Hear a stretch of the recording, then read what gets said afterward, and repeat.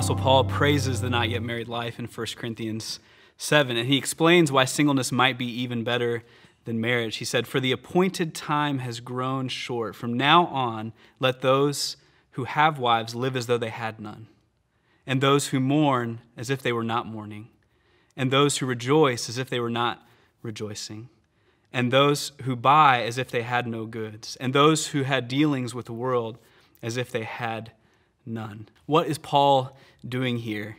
How do men and women who are married to a spouse live as though they had none? And what does that say about the not yet married life?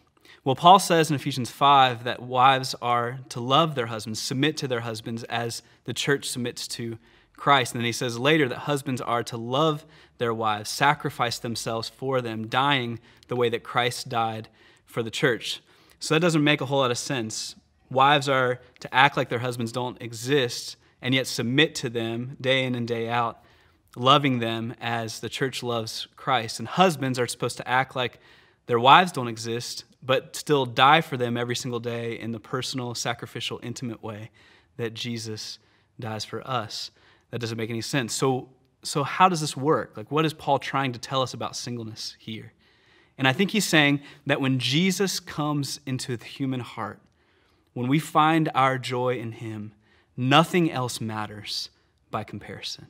It all still matters. A husband matters. A wife matters. Work and suffering and possessions, they all matter. But none of them matter by comparison to Christ, compared to the surpassing worth of knowing Jesus. If a husband's life is all about his wife, if it looks to the world like my whole life is about my wife, Faye, then Jesus will begin to look very small compared to her.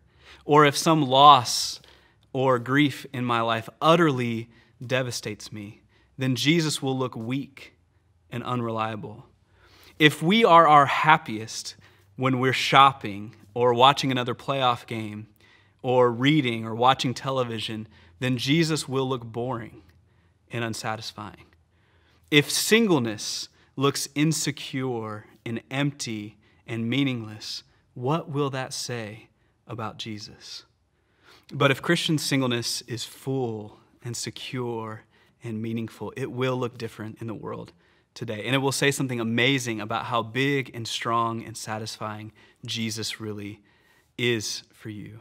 I think what Paul's saying in 1 Corinthians 7 is that to be Christian is to be not yet married. We are all waiting for a wedding day, a different wedding day, when we, the bride of Christ, will be joined to him forever. We'll say on that day, as Revelation 17 says, "Let us rejoice and exalt and give him the glory, for the marriage of the Lamb has come, and his bride has made herself ready." We will all be married, and that marriage should shape every other desire that we have in life. Desires for a husband or a wife, or for a better home or a better job, or for whatever you want. We live and mourn and rejoice and buy and work as those who know that they were not made or saved for anything in this world, but for the marriage to end all marriages. Whether you ever marry a husband or a wife or not, we were made for someone else, for Jesus.